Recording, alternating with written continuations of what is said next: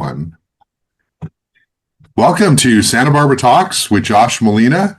I'm here today with really one of my heroes, somebody who I have so much respect for, who I've known on and off for about 25 years as a reporter, as a journalist. And I'm so happy to be here with Ralph Armbruster Sandoval, he's a professor of Chicano and Chicano studies at UCSB. And anytime I have an opportunity to talk to you, Ralph, if I run into you out in the community, I really relish it because it's always a rich conversation. So I'm looking forward to talking to you in this format about some real issues that are going on in the community and in our country right now. And so let's dive right in and well, let me welcome you to the show, Ralph. How are you doing Yeah. today so far? Yeah, have a good day, and I really appreciate the invitation. It's good to be with you, Josh. Great, Ralph. Thank you. So let's dive right in. We've got this like bizarre world that we are living in right now. Yeah. Who would have thought when Trump was first elected? Of course, many of us were first like, "There's no chance. There's no way. He'll never win." And then no one took him seriously, and then he won. Media didn't take him seriously, and his first term was obviously it was very damaging to the country, depending on your perspective to what degree. We thought it was over, and here it comes, he comes back, and now it is far worse than anyone could have imagined. Let's talk about these ICE raids in California, these efforts to deport people who are undocumented in the country illegally in some cases, but now it is gone from that to just really villainizing and targeting anyone who is Mexican American or Latino or brown. And it has created this unthinkable culture now where people who are brown have to be worried when they're walking down the street about what's going to happen. And then we still have people, in the very right wing who are saying, well, they're criminals. And that is just this horrible situation that we're in. What's going on here? What's going through your head right now with all of this stuff? Yeah, it is an upside down world right now, and it's striking to see because some of these things that maybe were assumption that something that happened in the past could never happen again. I remember as a kid in the 80s going to high school and learning about the Holocaust or learning about some historical traumatic event and going, oh my gosh, I don't know why did that happen? We'll know better like in the 90s and moving forward, that'll never happen again. But, here we are again. And there was speaking of Los Angeles, particularly in the 1930s, I don't want to go back to history, but point being is, you want to connect the past with the present always. I think that's the hallmark of ethnic studies and Chicano studies. And so there's mass deportation. About 2 million Mexicans were deported during the Depression back in the 1930s under a fairly, progressive president, FDR, right? That doesn't mean that California was like blue back in the day because California had always been red up until the 1990s.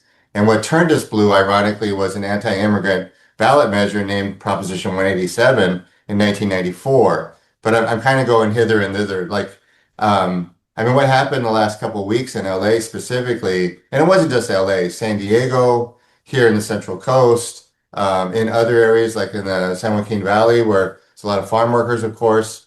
It's kind of been systematic throughout the entire state.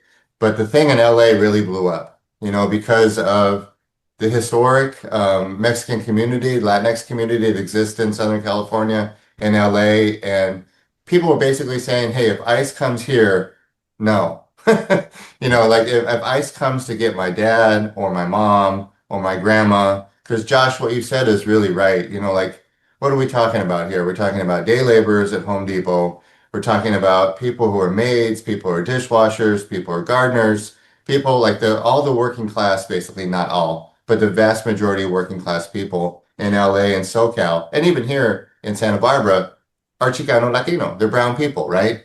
So, and so this criminalization of that group of people is historic, but President Trump has made it more vociferous. In Mm. other words, he's like people used to say, well, we don't say these things any longer. We say them maybe in hushed tones. We don't say them out loud.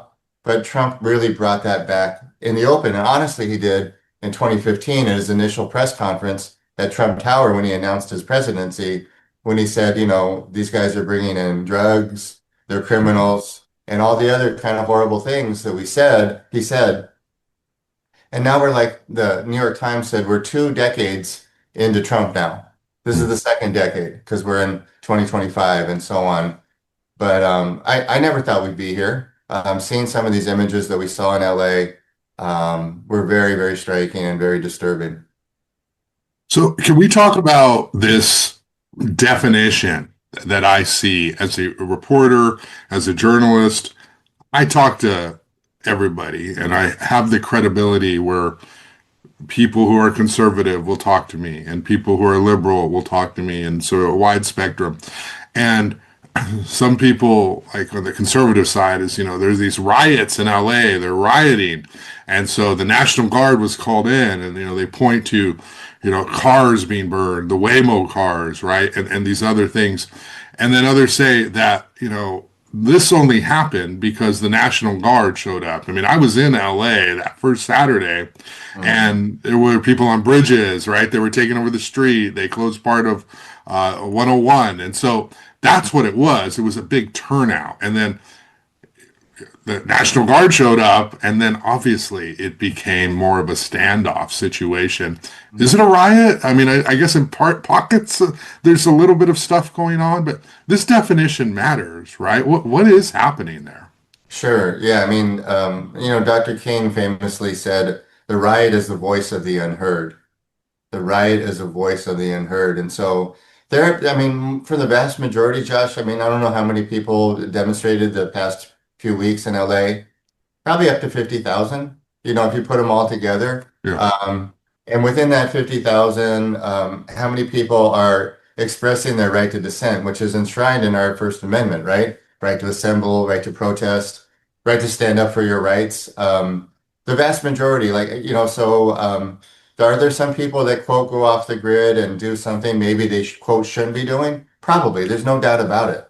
But it's easy, I think, in terms of, like you said, people they look at these things and they're saying, oh, there's quote rioting going on, which means a violent anarchy, people are committing property damage and this and that.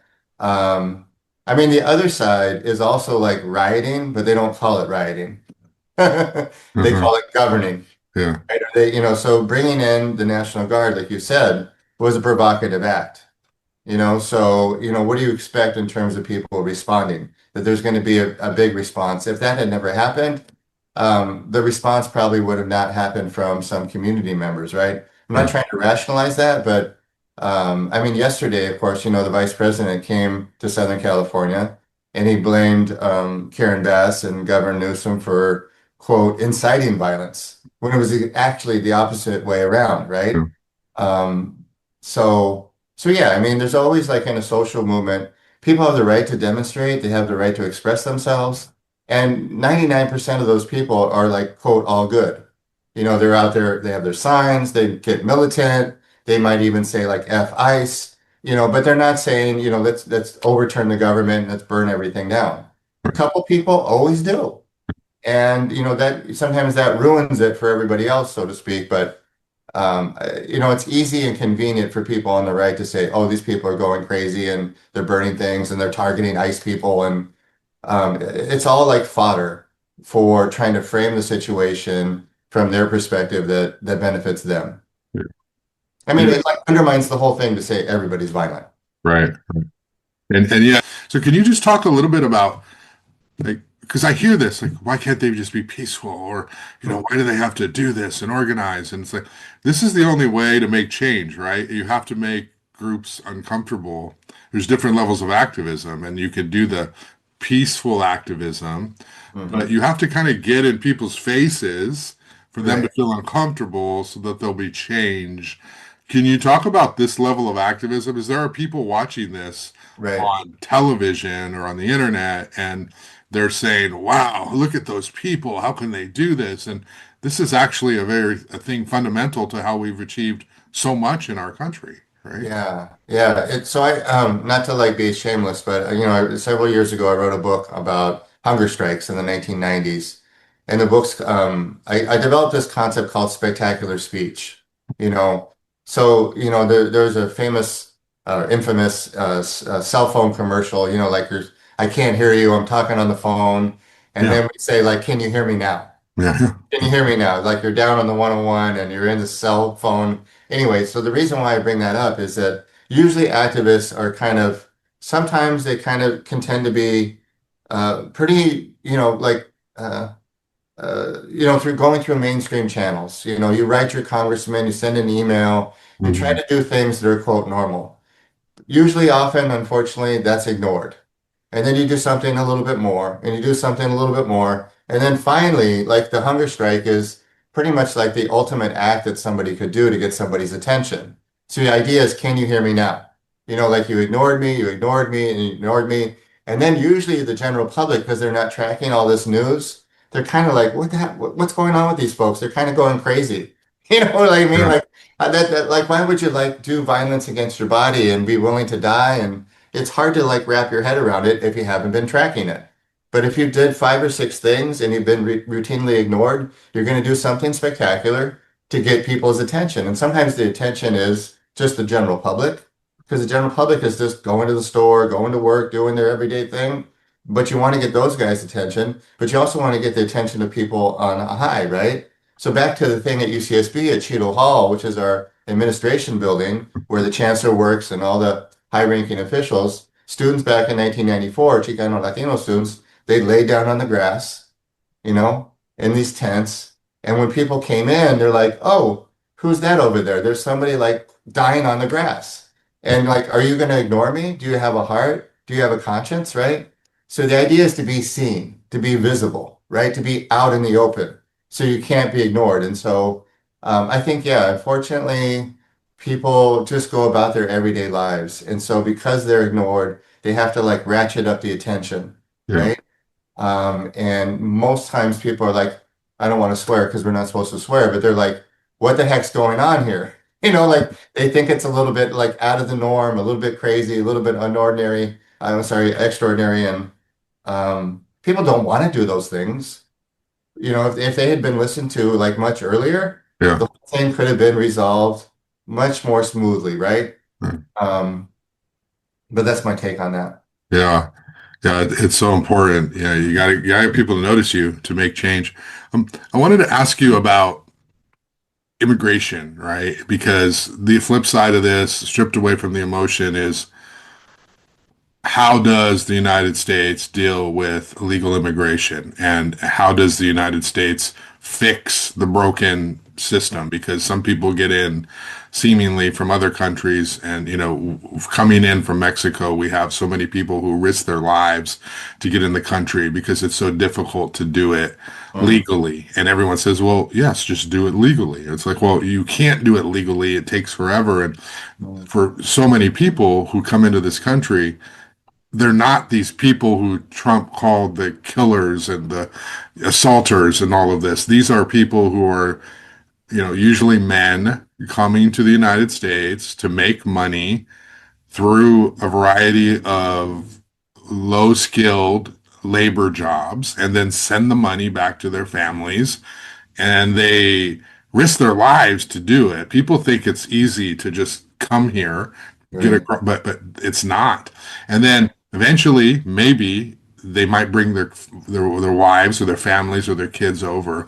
And this is a majority of the people who immigrate into the country. And so, can you talk just a little bit about this immigration issue we have? Because it is the media, it is certain outlets. People think that there's this rush of people and it's easy to come to the country and you're just going to send them back. But my take is each one of us would do whatever it took to provide for our families or our loved ones. For some people, it means coming into the United States to make money. Mm-hmm. For us in our world, it means we do what we do. We commute, we have to get jobs. We all have that fundamental human need to do that. And this villainization of people who take these risks. And of course, I'm not talking about like, the cartels or drug runners or any, like, obviously not. I'm talking Right. majority of these people who, like you said, they clean homes, they landscape outside, they cook, they're in the kitchens, So you just talk a little bit about people don't understand what the immigration experience is to a large degree. No, they don't. And they don't. I'm glad you're saying that, Josh. I think that yeah, that vilification of people who are Latino, brown skin, even though I guess because I'm older and also I'm an academic, I still see things through a historical lens. So the demonization of Mexicans goes back to the U.S.-Mexico War, and it probably goes back even further than that, right? Because many Chicano Latino folks are also indigenous. They have some kind of indigenous tie. So of course, there's been a war on indigenous people in the Americas since 1492. So it's like, when did this thing really start? During the Zoot Suit riots in the 1940s, the officer who testified during the trial said that Mexicans have an inherent tendency to let blood. They're bloodthirsty, descended from the Aztecs, Mhm. right? That was in 1942. Luis Valdez, of course, wrote Zoot Suit the play and later a movie. The main character, the Pachuco, said, "Is this 1942 or 1492?" Like, what's going on here? And you just see this constant demonization, right? And I wish I had done my homework before getting on the air with you, Josh, because they have been tracking some data about the people that are being caught and Yeah. deported and whatnot. And the vast majority of those guys, I think 95% or more, even higher, they're not like Trump saying, "I'm going after the worst of the worst. I'm going after the gangbangers. I'm going after the drug runners. I'm going after the violent people who are doing kidnapping." And all the people you're like, "Oh yeah, that makes sense, man. I hope we do kind of capture those guys because I don't want them here." But the vast majority of people being targeted and picked up and deported right now are not those people. And like CNN and other outlets are reporting on this, not just CNN as a liberal outlet. I mean, they're tracking this data and they're showing that, hey, everybody that Trump said he was going to get out of here, those guys are still here. And then grandparents, I mean, at the bottom line, Josh, I think that there's a really amazing movie that came out in 2010, 2011. It's called A Better Life. Hmm. And it centers on this. The actor is Damian Bichir, Mexican actor, plays this dad. He's living with his kid, his 14-year-old boy in LA, and intersects with the big mega marches back on May Day in 2006.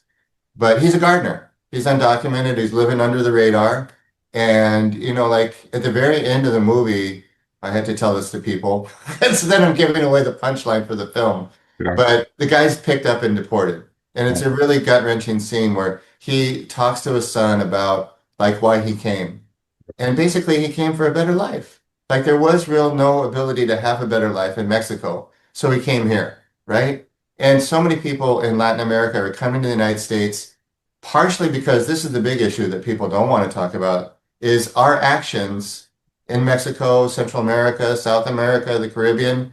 We've undermined governments that have been social democratic, trying to do something for their people. Hmm.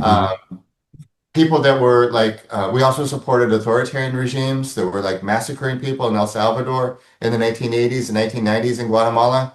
So Juan Gonzalez, the famous Latino journalist, Puerto Rican, wrote this book years ago called Harvest of Empire. And what Juan was pointing out is that immigration is a self-inflicted wound. We don't want people to come here. Then why are we messing with their countries? Mexico and Guatemala, Brazil, Chile, like we've been involved in such nefarious activities that we messed with those countries. The ability to have a better life in Latin America is disrupted. So what are you going to do? Other than, okay, I got to feed my family. I got to like have a better life. I'm going to come to the United States to do what I can. And it's really amazing that the people that are really undergirding, putting food on our table, literally like farm workers, are seen as the enemy. Hmm. Think about that. The Right. people that are like giving us life in a way Yeah. are like demonized as like bad guys. Right. They're not the bad guys, but this is the kind of upside down world that we're living in. Yeah. It's crazy. It really is. Yeah, and I encourage anyone, like when you're driving on the 101 or anywhere in California, and you're going through those ag fields and you see them, like it's hot. They're getting paid poor conditions. They can't complain. Who would you do that job? Probably not. No one would, No. and so it's so important. Um, have you seen the movie The Long Game? You should see that if you haven't seen it. Oh, It's about golfers. he gets denied access to a country club in I think Texas, and so then he forms his own golf club or his own golf team. It's really I touching. saw that, Josh. That's a good Yeah. movie. Yeah. Yeah. I want to talk to you about the Dodgers, right? Los Okay. Angeles. Okay. So obviously, probably you too.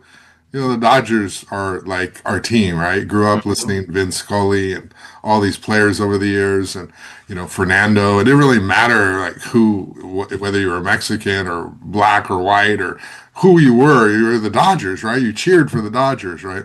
And we always have this sort of sense that this is our team, and we're different than the Bay Area and all of this. And so I don't know.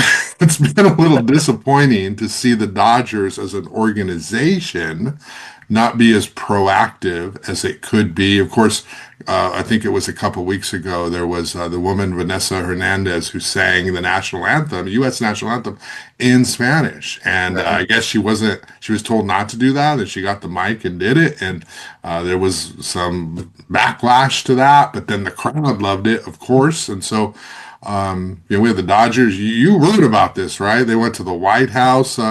Should we still cheer for the Dodgers? What's going on? Yeah, brother, that's a great question. There's lots of leads and threads to go there. Yeah, I grew up with my grandma listening to, like you just said, Vin Scully, icon. You know, my grandma was in like 70, taking care of me and my sister, and she's like, "Oh, we're gonna," she had her hair up in curlers and like listening to Vin Scully on her little radio. yeah, So yeah, I mean. There's kind of like a little, the Dodgers are, we could spend a whole hour talking about the Dodger thing. The Dodgers, of course, booted out Chicano Mexican families in Chavez Ravine yeah, back in the 1950s. Dodgers were in Brooklyn. They came out here.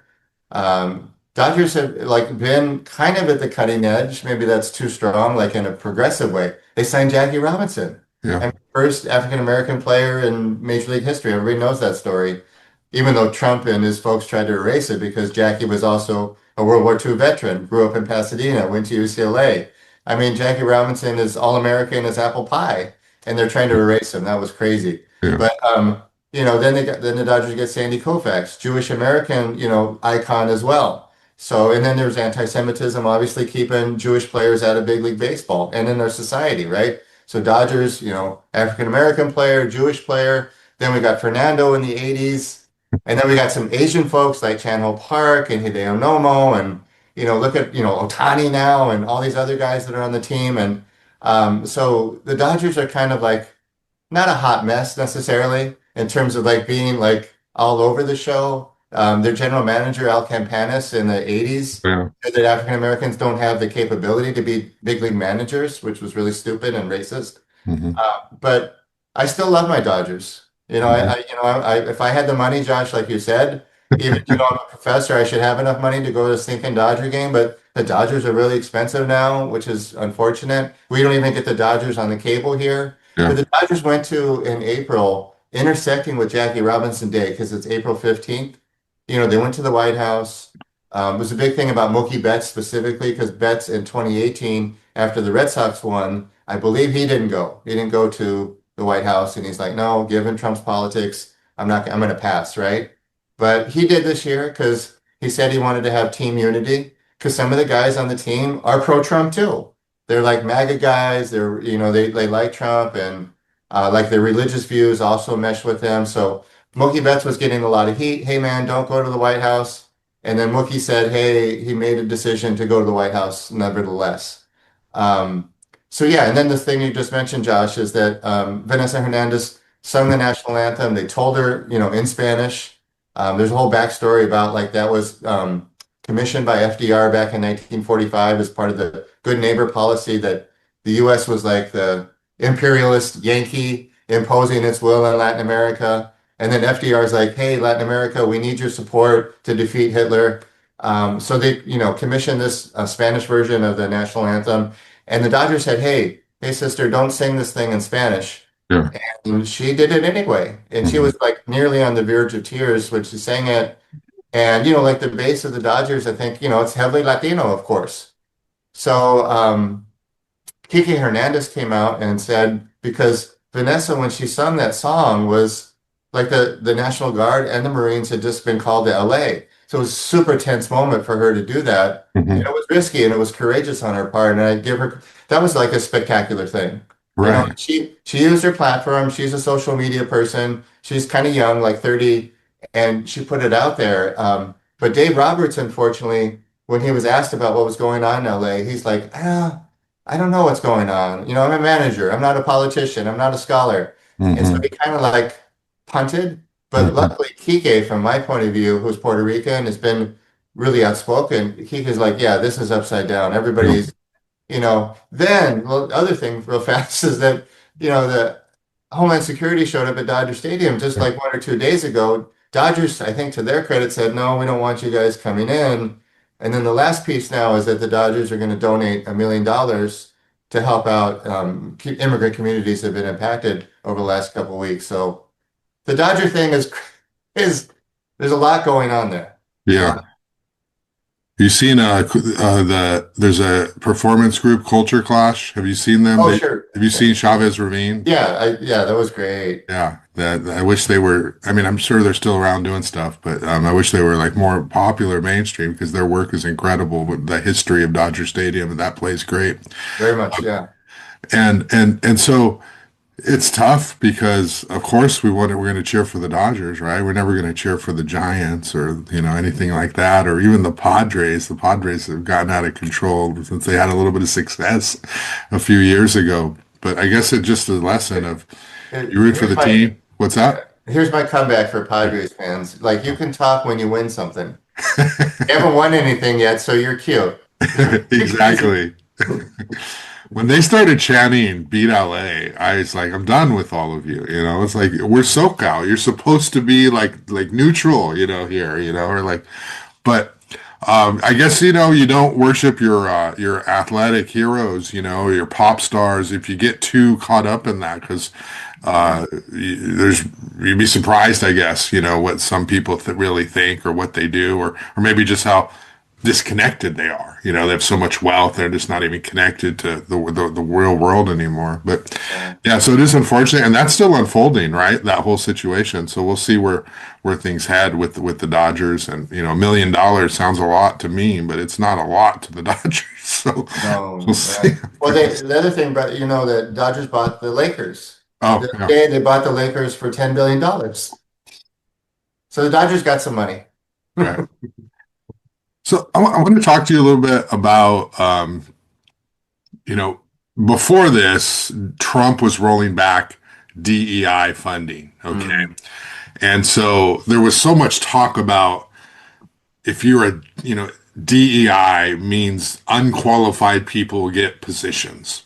right. And this is a real thing because it sort of permeates and spreads to how Latinos and African Americans are seen throughout the country is that oh, if you have that job, it's because you don't deserve it. It's because of the color of your skin. When in my definition, DEI is really about you are qualified, but for so many years, institutionally, and even today, they didn't find you or you weren't allowed to apply or you didn't know about the position or the recruitment efforts didn't target you.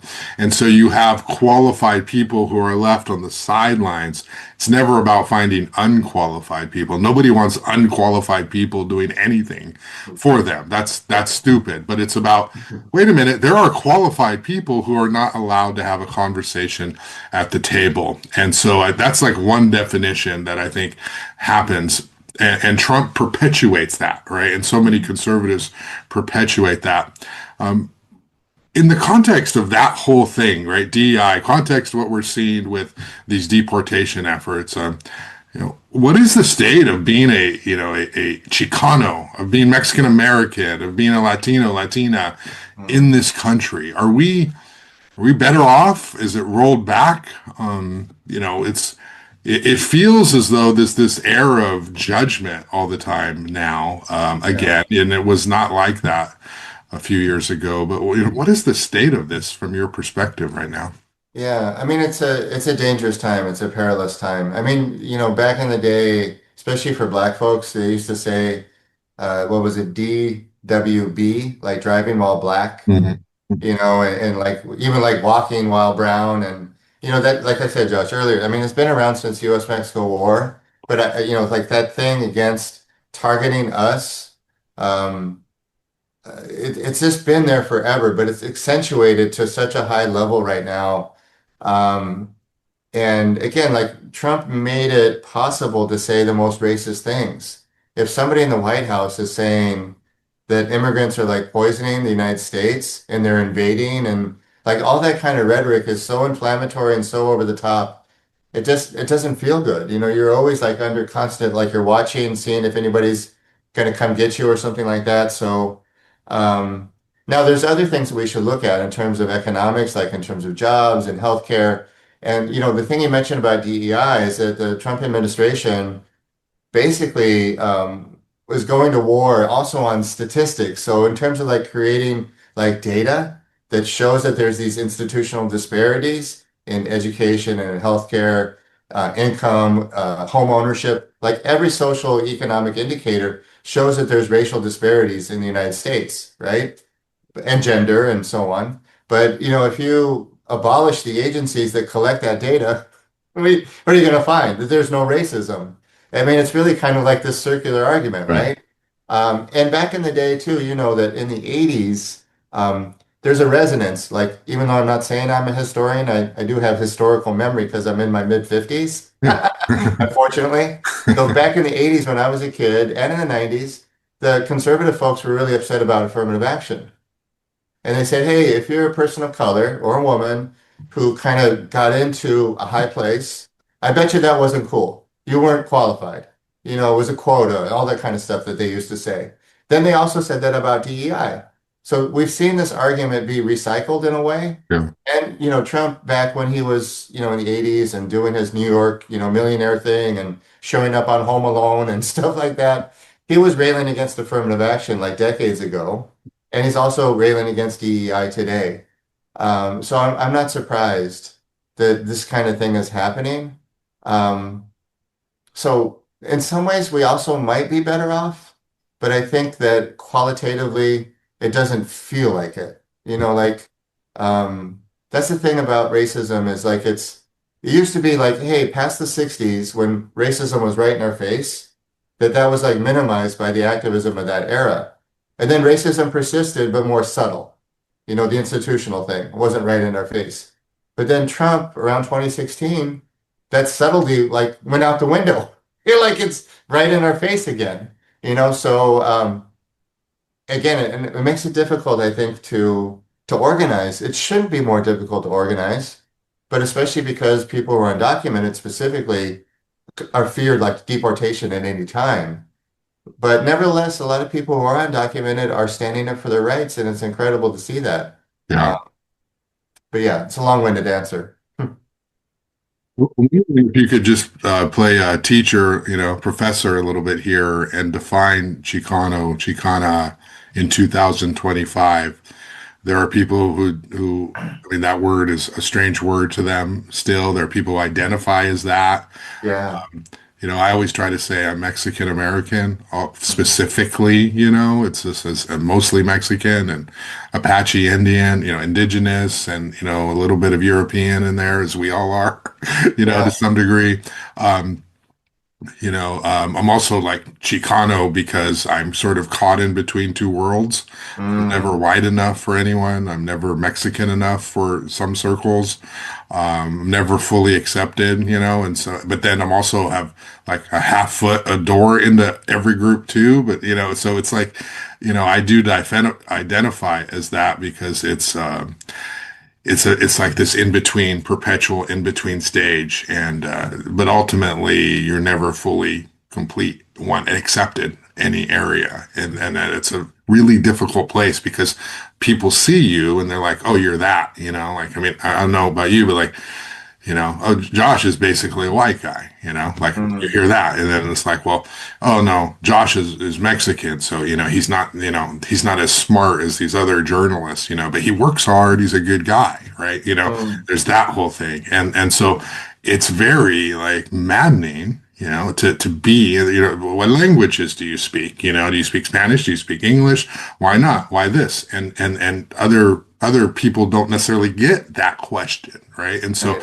it's very specific to Chicanos and Latinos depending on your generation. So can you talk about that term and what it means and why it matters still? Yeah, that's a great question. Yeah, you identified it, I think, really well, being caught between two worlds.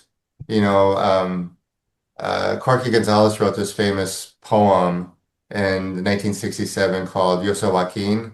Like like we're caught in a gringo society, but I also don't fit into, I'm born in the United States. Usually Chicano is somebody who has gotten Mexican ancestry that's born in the United States, right?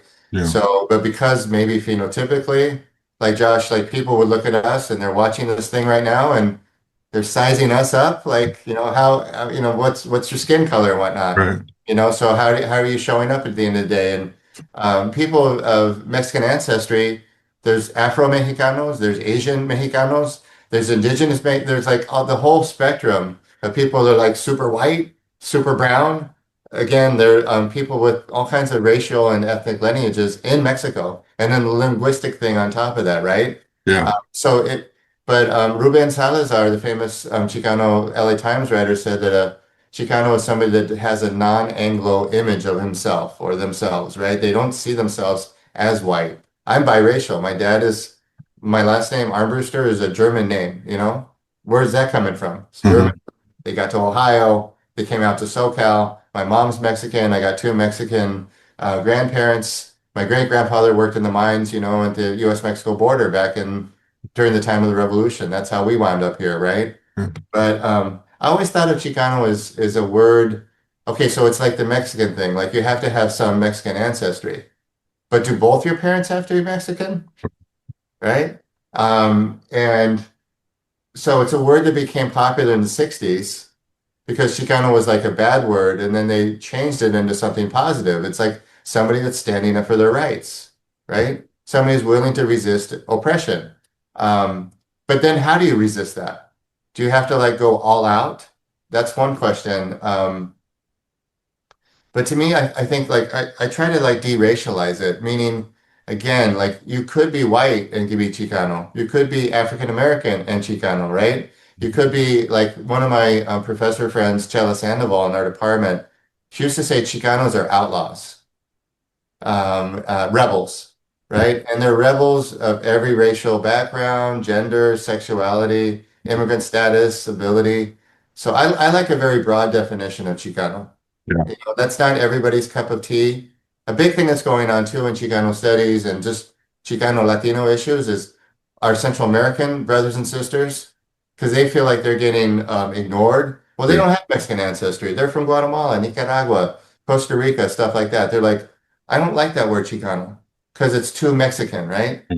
And so I hear that. But I also like if you look in SoCal, especially the Central American population's huge, right?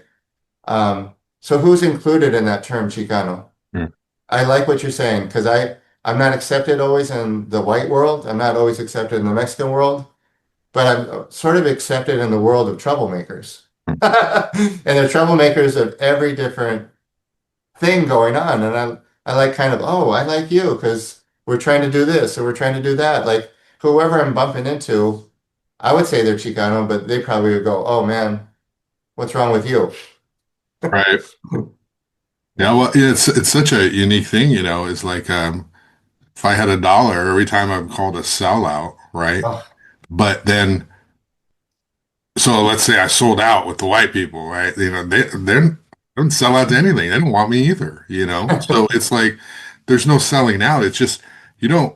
I don't try to be Mexican American. I just am, and that's like mm, hard for people to understand. And so, and my dad is, was a child, came here illegally, and my mother's Mexican and Portuguese, and Irish, kind of a big mix of all this stuff. And so everyone's experience is different. And then people don't understand, like if you're Guatemalan and someone calls you Mexican, they're like offended. It's like, that's not Right. who I am. And we all don't look the same, right? But Yeah. some people think we all do just because, certain, we're all the same. So it's a tough thing, but it's important that word stays. And I like your definition. It's you're the rebellious, right? You fight against the system and you are caught, never fully accepted. Can we talk a little bit about your background, Ralph? And sort of, you've touched on it, and but Yeah. what was it like for you as a kid growing up? Did you know what you wanted to do when you were 8 years old? Did you identify as white or did you identify as Mexican? Talk to me about sort of the early formation days of Ralph. Yeah. I kind of wanted to be like a Vince Scully. I still am a baseball nut. My dad was really turned me on to baseball, and Mhm. I thought maybe I could do something athletically, like, and then I discovered I'm not that great a baseball player. So maybe I'll be a baseball announcer, or I was so much into stats back in the day, like a statistician. I collected baseball cards and would look at all the guys' records and whatnot. Again, this is pre-internet where you could just Google somebody. Yeah. But and then yeah, growing up and being Mexican, being white, like all these holidays, so Mexican families celebrate Christmas a certain way. White families celebrate Christmas a completely different way. And I Yeah. was always like a little puzzled by that. Like, what's going on here, you guys? But so I always knew that I was like straddling two worlds. But as a youngster, I didn't have the terminology that I do now, right? I was just like kind of confused. But every once in a while, like somebody would point out to me because maybe phenotypically, like I look brown. So people are always like, hey, they'd say like it was a beaner, or they would say something like it was an epithet, right? And I would always go, oh, I guess I am. But I don't think I really like fully assimilated it till I got to be in college and then growing up and stuff like that, that I was somehow like had this kind of complicated racial identity and history and stuff like that. And then, when I was a kid at Long Beach State, because that's where I went to school, and then I went to UCR for my PhD. I just got wrapped into these movements, because I kind of went down, as we say, that rabbit hole and what was going on in Central America, and especially all the stuff that Reagan was doing, that just like woke me up. But especially about Central America, I was so involved in trying to stop what we were doing there. People would talk to me and they're like, "Hey, Ralph, what part of El Salvador are you from?" And I said, "I'm from Ontario. I'm from the Inland Empire. I was born at Kaiser Hospital. I'm just a regular guy." Mhm. And well, why do you care? And I'm like, because they're killing innocent people, and I want that to stop. But that's a little bit of the background. Yeah. Yeah. So it wasn't until you got to like college when you decided, you got kind of caught up in these movements. Yeah. And even, up until like starting at UCSB, I just went by Armbruster, Ralph Armbruster. Oh, right. I'm kind of bland, Ralph Armbruster. No Uh-huh. offense. And I'm named after my dad, and I'm named after my grandpa. I'm like the third, which is kind of weird and random to be a third. And then I got to UCSB and I'm like, no, this is who I am. I'm coming out in the open. It wasn't like I never was proud of that, but it just became more apparent that that's who I am. Yeah, that's great, and that's so the importance of higher education too. Somehow we stumble into out of high school and we know we want to go somewhere and we want to keep learning, or our parents say you got to go to college, right? And then this is what's amazing about college is that you find yourself, find your identity, and it's a whole new world. And so, yeah, I Absolutely. remember you back in the early 2000s at Santa Barbara City Hall, and you were I would say fiery, speaker calling for a living wage. Maybe I don't know if you remember speaking at City Hall back that those times, and very very activist, and trying to convince the council to do the right thing. And I remember those days, and that's it's so cool, and I probably pictures or quoted you way back. I know I did. It's like, how do I not quote this guy? Yeah. Um, um, Right. do you still get little pockets of discrimination, racism in your world? Do students email you mean things, or is it among Mhm. your colleagues or peers? Are you sort of that doesn't happen anymore?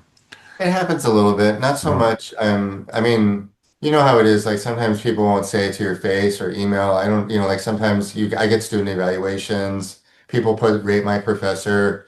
I mean, generally they're positive, yeah, but you never know because they're anonymous, especially the student evaluations and yeah. whatnot. Um, Anyway, but there, I'll just tell you a little vignette because sometimes these vignettes. At the Four Seasons, over in Montecito, which is, I guess, still closed, right? I went over there maybe before COVID. Sunday brunch. We wanted to do something fancy, have a good time. So my wife and my dad and stepmom, we all went over there for the Sunday brunch thing, and I think we got our cars valeted. I don't know if you, anyway, so we, ended our brunch. I think I had a suit and tie on. I got like all dressed up, did Sunday brunch and fancy and stuff like that. And this white guy came to me and he handed me like his little ticket to go get his car. Oh my God. Yeah, and I was like, is this happening right now? Hmm. And I was kind of good. I might have, I know I'm going on the air here, but I might have had a glass of champagne. But I wasn't like completely having like a quote, amazing time, but it's kind of relaxed. I had a good breakfast. And so the guy says, hey, go get my car. So then I paused for like 15 seconds and I turned to him and I said, sir, I don't work here. Hmm. I just had brunch probably like you did. And then he went like this. And so Josh, every once in a while stuff happens. You might Yeah. have had something like that happen. It's like, oh my God, I want to like be that guy back in the day, back in the city council, Right. like get in his face. Uh-huh. I was like, no, I want to be a good guy today, and I'm just gonna say I don't work here. Right, right, right. That's good. And did he just turn away or was he embarrassed? Yeah. Yeah. Yeah, I don't know if he apologized, but he looked kind of crestfallen, like, Yeah. oh, I screwed up, you Yeah. know? Well, just quickly, I have my own little story like that, which is kind of worse, but so I'm an adjunct at Santa Barbara City College and I've been teaching journalism there for 21 years now. And this is pre-COVID. It's like 2015, 16 or so. And I used to teach in the portable buildings at City College, the journalism department. And they were notorious for the air conditioning, working great some days, horrible others, and it would get Mm. hot in there. And as an adjunct, you share classrooms. So, I'd come in and do my thing, and there's someone before me and someone after. And back then, before COVID, I used to wear slacks and a tie, and a dress shirt, collar all the time because, when I was young, I had someone tell me, Josh, you're Mexican. You cannot dress casual. You have to Mm. overdress for people to take you seriously. And now I don't care, I mean, I do dress appropriately when I need to, but it's like, it's too much pressure. I don't want but so I always overdressed, right? And so this was a teacher before me who would use the classroom who I would see often, or we would cross paths. And I walked in and it was hot and like sweating, where students are going to like sweat. I got to fix the air conditioner. So I went over there to fiddle with it. And I didn't talk to her. I just went straight to the air conditioner and started doing this. And it was the end of her class session. So there were some students mingling around talking to her. And she says, oh, I'm glad they sent someone to fix the air conditioner. Oh, God. And I was like, Oh, oh my God. Like, first of all, you've seen me, like, like yeah, my exactly. familiar face in these like 5 minutes of overlap, right? And the students were just kind of quiet, and I was like you in that moment because some situations, even today, I'll lose it, but in that moment, I'm like, there's students here. Be an academic, be smart, and I fiddled with it, and I just said, I teach the next class, and again, it was the same thing. Silence. They couldn't apologize. It was like they were so bad. It's like, oh, okay. And Yeah. I just remember it. But, if I had $1 again for every time I'm in a store and people ask me for help, it's ridiculous. Like, or, can you help me find this? I'm like, help, but Same, and then same I don't, for, does that happen to you too? oh yeah, lots of You're a times. tall Lots of guy, so you're like authority, but then they're like, see, like he must know what he's doing. And it's such a small thing, like to some people, like, oh well, that's not real, but it's like it's a real thing. erodes at your self-confidence as a human being, that you don't think that someone like who looks like me could actually have a different level of job. No disrespect to, the jobs that I have had when I was young or my parents have had. All jobs are important, but it's like, why are you assuming this versus that? It's just, so yeah, it's very frustrating sometimes. So, I'm talking about this living wage back in the day, the city hall. Mm. Are you interested in issues today that are going on locally? I mean, Oh, there's a big fight, obviously housing, rent control, rent stabilization, trying to stop the exodus of poor people and Latinos mostly from moving out. We're losing the Casa de la Raza is not what it once was, and there's a lot of business stuff behind that, but like, what locally do you care about? Are you interested in? yeah, absolutely. I had two stints as a board member of La Casa, Mm, and the other day I kind of didn't believe it, but so I just wanted to see it on my own. I probably did something on the east side, went by La Casa, saw that it's red tagged, of course, right now. mm, And that's a whole like, I don't want to be like totally sarcastic, but I said somebody should do a Netflix series on La Casa and like a documentary six-part thing or something like that. It's lots of chapters and it's a very proud organization. I'm not trying to diminish it by making a joke out of it. yeah, Starting back in 1971 and that's such a community institution. So many people got married there. They had baptisms, they had quinceañeras there, concerts there. There's like an AA group that's, Spanish speak. I mean, it's like La Casa is so important, and to see it like shuttered and red tag now is I don't even know what the right word for it is, and like it's needed right now. Like oh my God, it's needed right now, yeah, and they're doing all kinds of immigrant rights work there. But there's also like this beef that they had with the other La Casa organization too, and that's again, if I start going down that rabbit hole, it'll be another hour. yeah. And but yeah, so I'm also like Josh, I didn't because my other little job, I'm a faculty director of the UCSB Community Labor Center. Uh-huh. A labor center now that exists at UCSB, and all UC campuses have these labor centers. And one of our biggest partners is the Central Coast Labor Council, which is based down in Camarillo. So we're looking at Ventura County, we're looking at SB County, and then SLO County, right? The tri-counties, and trying to like lift up working class people. Back to the thing about you mentioned 101. Like we just, one of our really, I was going to start swearing. One of our really cool programs is that we have undergraduate interns that are working with local labor unions like SEIU, like the Teamsters, but they're also now working with MECOP and also CAUSE, right? MECOP is mostly working with indigenous farm workers Mhm. up north and also down south. And then CAUSE is social justice, housing, transportation, environmental justice, all that kind of stuff. So we placed our interns to work 8 weeks with these guys, right? And so just on Saturday, today's Saturday, sorry, on Wednesday, we went up to Santa Maria and we saw like the way that, especially like on the unincorporated area of Santa Maria that's close to Guadalupe, Mhm. there's some areas there that I have never seen before. And Mhm. of course, Santa Maria is like home to so many strawberry workers are there, so many people working in the fields. Of course, down south is the same thing in Oxnard.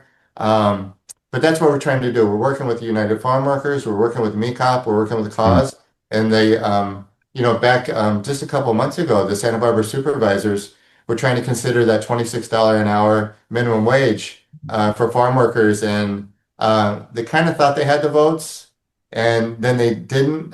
Joan Hartman kind of was a little ambivalent about the thing, and they didn't bring it up to a full vote. Then Doss Williams cycled off the board. All that kind of like board politics was going on. Mhm. Yeah, I'm like wherever I can be in the mix.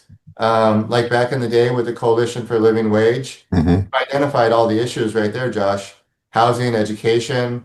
My son just graduated from DP. I was tracking the SB Teachers Association struggle Yeah. last year, trying to document what they did.